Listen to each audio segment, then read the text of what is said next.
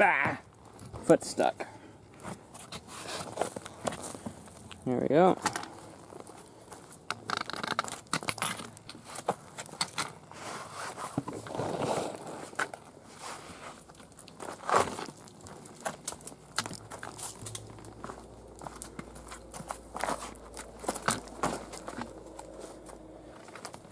Whew.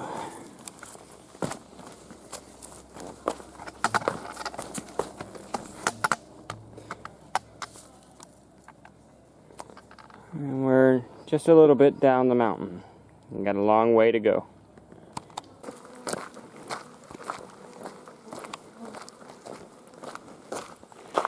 Stupid flies everywhere.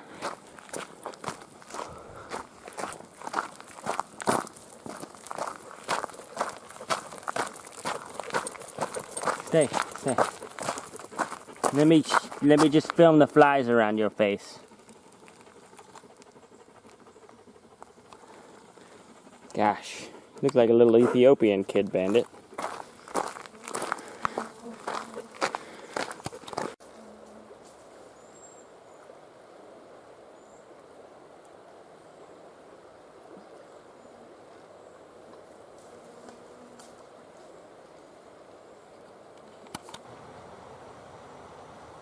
Woo!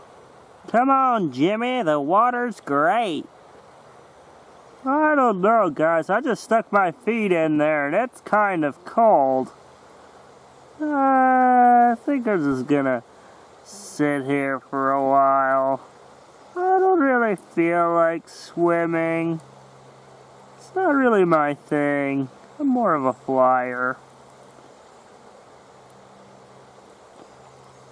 Jimmy, you're a goose.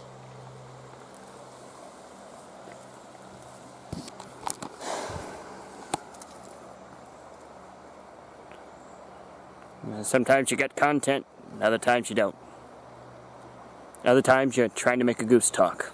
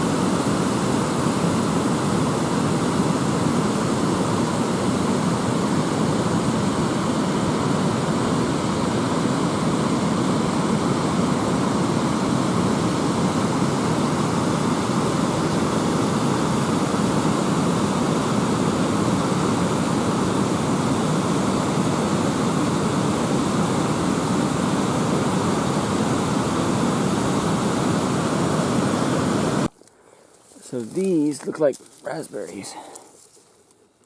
I think that's, yeah, these are raspberries. New berry on the trail. We've got thimbleberries, blueberries, blackberries, mulberries, raspberries, and wineberries somewhere, but I don't know what those look like. But I'm tasting that. It's definitely got a raspberry taste. Different from a blackberry, because these look like blackberries. The bushes and stuff, but they're ripe. Whereas a red blackberry would not be ripe. They're just kind of falling off the branches here.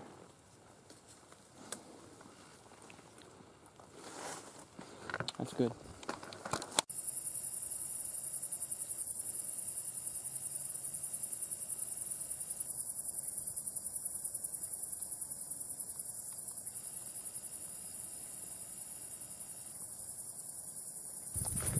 I'm walking across this field here, or on the edge of this field rather, and just checking out the hills and the trees.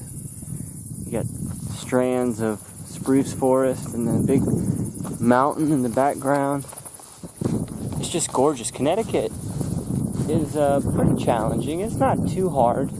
It's got its moments though, but it's gorgeous. A lot of riverside walking and things like that. I had to take a 3-mile detour along a highway with narrow shoulders, but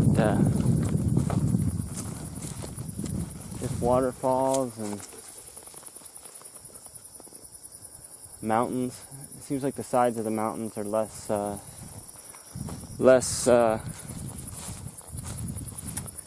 covered with businesses or properties. So there's this rock here. It's just kind of standing there, looking fancy. But I guess somebody was so amazed with the way that this rock was pointed that they put 2 chairs here to sit down. Bandit, come here. Come here. Shh, sit.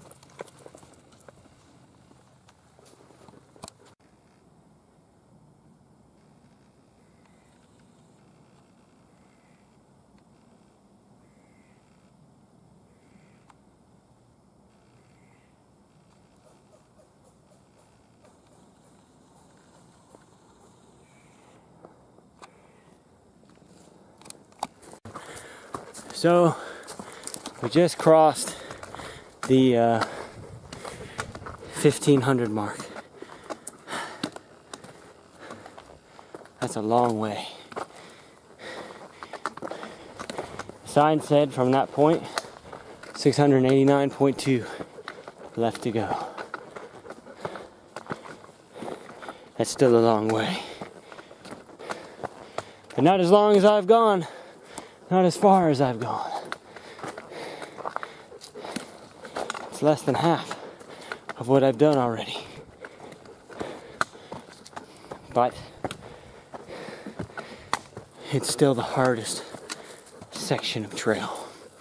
With the whites in New Hampshire bringing a physical challenge, and the 100-mile wilderness in Maine bringing a physical challenge and strategic challenge. It's still not a done deal yet. Not until I climb that mountain am I sure that I'll get there. Not until I stand on top of Katahdin. Because even a 1/10 of a mile from the top is not the top. 1/10 of a mile. You could fall and your hike is over. I'm not there yet.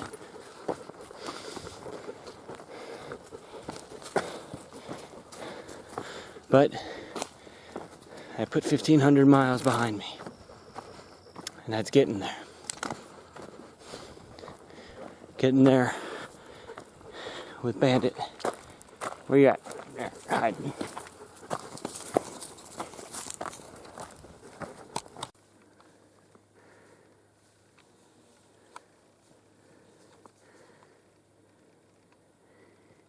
doing, guy?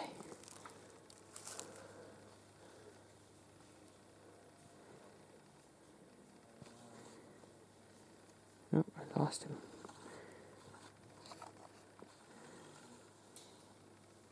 Clumsy. Oh, I think he heard me. But, and there are some days I've been up there, it's like you can't see your hand in front of you. Yeah, that was almost how it was for us. We out there, I couldn't see from that tree down there. Okay. Whoa! Ow. That was almost bad. Almost caught my death on camera. Anyway, I started recording because I have a couple of second-hand reports of Bigfoot that I've gotten in the last week or so. There was somebody that was telling me about a hiker from either Iowa or Idaho. They couldn't be sure and couldn't remember, but I'm guessing it was probably Idaho because that's close to the Pacific Northwest. Said that they saw a Bigfoot. So this person told a hiker, and the hiker told me, and I can't really be certain as to the details. They just said they had a sighting. But just recently, just a few minutes ago, a hiker named Yogi Bear was telling me a story relayed to him by a man back in Pennsylvania. Yogi was in town. He was doing laundry and other chores, and he met a guy in town there playing Miss Pac-Man on an arcade game. And he told me that he was a really eccentric guy and definitely a character, but this man came up to him and asked, "Hey, have you seen anything strange out there?" And Yogi said, "Not really. It's been kind of just a walk through the woods." And this man said, "Well, have you seen Bigfoot?" And Yogi kind of looked at him like, "Bigfoot?" And after talking to Yogi, he seems like a very strong skeptic. He kind of pokes fun at the unexplained, and not to the point where he's aggressive about it, but I definitely don't think he's a believer in Bigfoot. But yeah, he kind of raised his eyebrow like, "No, I haven't seen Bigfoot." And this man went on to tell him a story about how he was camping close to the Appalachian Trail in Pennsylvania, and he saw this thing about 4 feet tall, and it had long hair, and he thought it was a woman crouched down at first, and then he saw it stand up, and when it stood up, it was 8 feet tall, so it went from 4 feet to 8 feet in height. And when this thing stood up, the man pursued it. He ran at it, and this thing just got up, and didn't even run, it just walked and was gone in an instant. And that man was telling Yogi that his 25-meter dash felt like he was standing still because the speed at which this creature started moving and disappeared into the brush. He said because it didn't have to move particularly fast.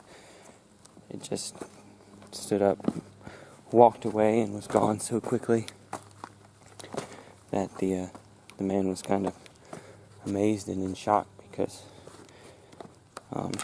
he was running as fast as he could. But this is really difficult terrain, sorry.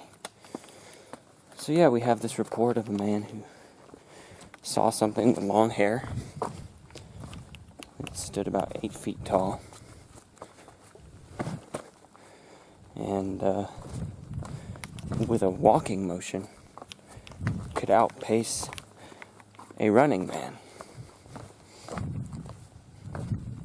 So that was a pretty convincing story that came out of the area, out of Pennsylvania.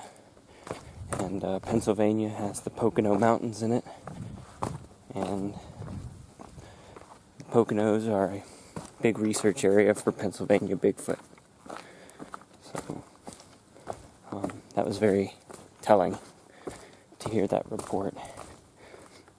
Now, I don't know about the details. I don't know how accurately the story is being retold, but there's at least some type of generated gossip or rumors of a Bigfoot-like creature on the northern half of the Appalachian Trail. Alright, so got a sign here that says Appalachian Trail, Bear Mountain that way, just came from that direction. Massachusetts this way, so I think I'm at the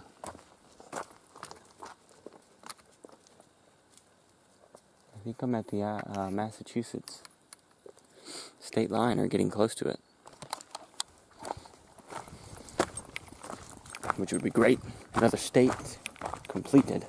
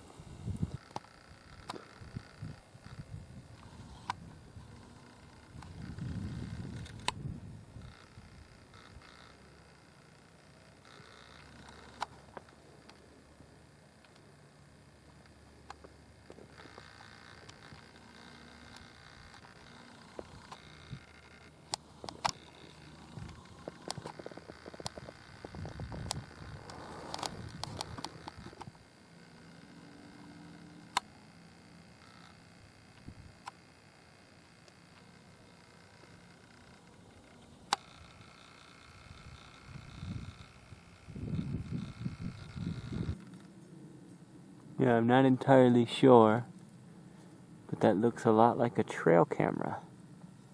Someone might be out here monitoring animal species by the pond here.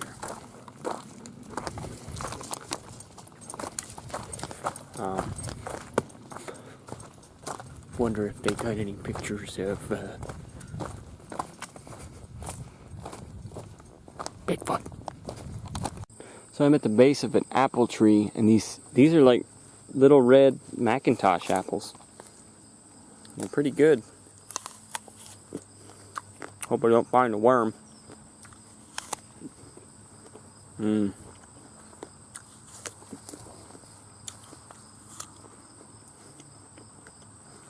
Let's see if I can find another. Or like 10. Okay. I'm just outside Barrington, Great Barrington, Massachusetts. And it's not that great, despite what the name suggests. But let me just catch you up to speed with where I am and how I feel. Okay. I just came out of a town where everyone gave me nasty looks. And while I got most of the stuff I needed for a resupply, I didn't have enough time to do laundry. I was 3 miles out of town. I had to walk in. I did meet some people who gave me a ride back, but just absolutely tired, exhausted getting into town. After having a big dispute that cost me $40 and cost another gentleman $40 at a motel because of a greedy manager, I find myself back on the trail with all my laundry except for one clean pair of clothes and one clean pair of socks. Clean. All of my socks are in horrible condition and must be washed before I wear them again, or else they'll tear up my feet. I didn't have enough time to rest because the guy kept me up with his horrible guitar music and crazy life stories, and I didn't get to do laundry because I didn't have enough time, and the manager was chasing me out with his rude behavior and manipulative attitude towards the hiker community. I am now in Massachusetts after being stung 3 times by yellow jackets that seemingly were unprovoked when they stung me, as I was not making a lot of ruckus or noise near their nest. I'm getting ready to hike through the rest of Massachusetts and head into Vermont, where the elevation and climbing substantially increases, and I'm still trying to contact unsuccessfully both Solomon's, the company that makes my shoes, which are rapidly wearing out, and Osprey, the company that makes my pack, which also has sustained a lot of broken parts, and neither one of them have answered because it is a weekend and they do not have staff working in customer service on the weekend. So I'm getting ready to go into the hardest part of the trail, desperately trying to reach this company, 2 companies, to see if they will even reimburse me for these faulty gear. And I don't know what they're going to say.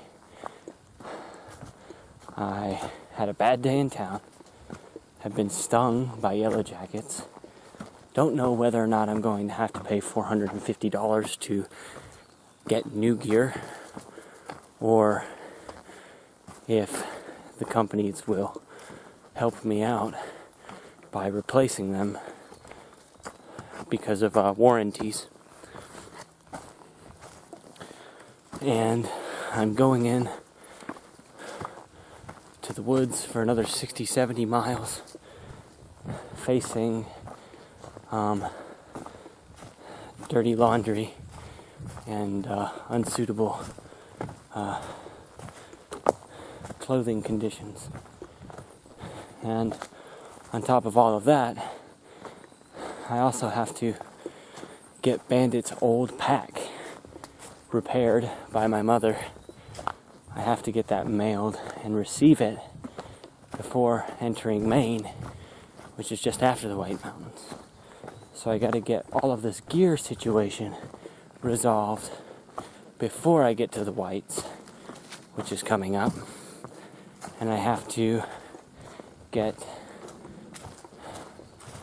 the dog's pack situated to hold enough food for the 100-mile wilderness, because his current pack is not big enough.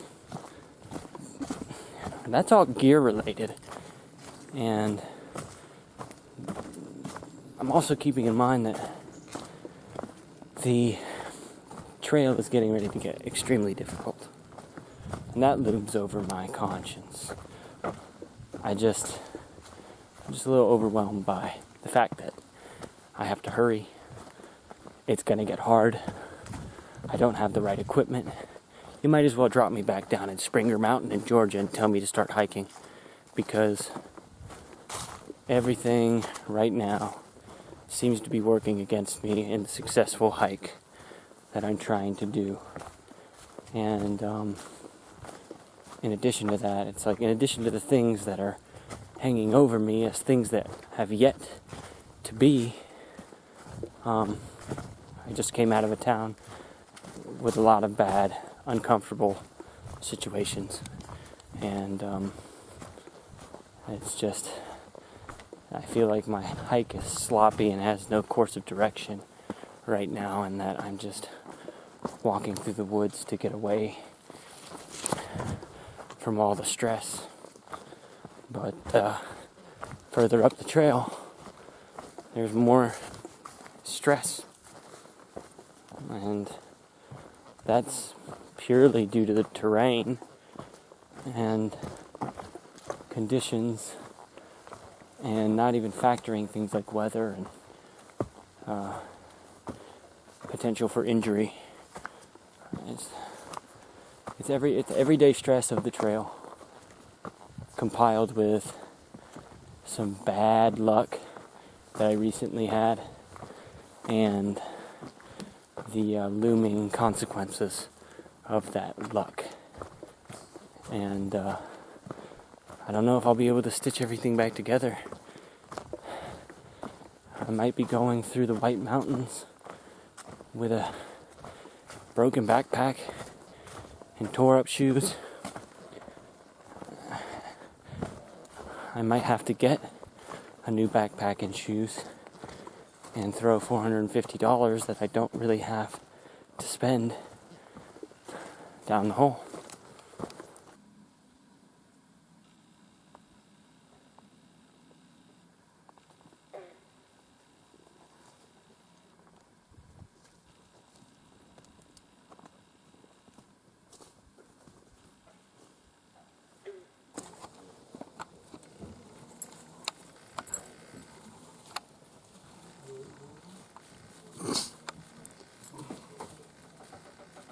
Hello.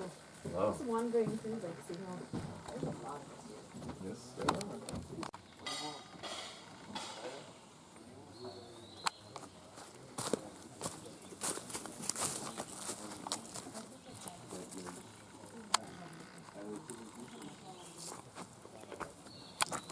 Yeah, so it's 7:25. Whoa, when do we get rolling?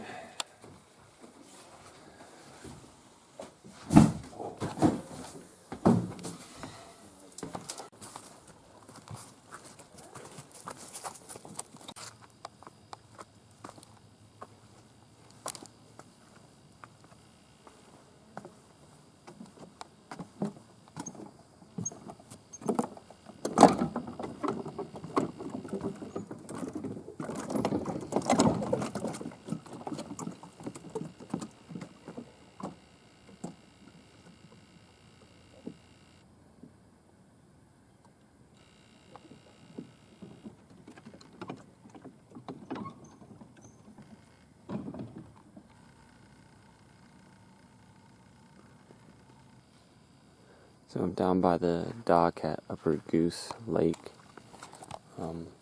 At the top of the hill they have Upper Goose Lake Cabin, and it's got plenty of bunks with mattresses on them. It's free to stay there, but they take donations, and in the morning they cook you pancakes, and a hiker packed in a bunch of blueberries from a spot north of here, and we had blueberry pancakes for breakfast. So, yeah, it's a really cool spot here out on the lake. They've got canoes that you can take out on the water. It's a really special spot.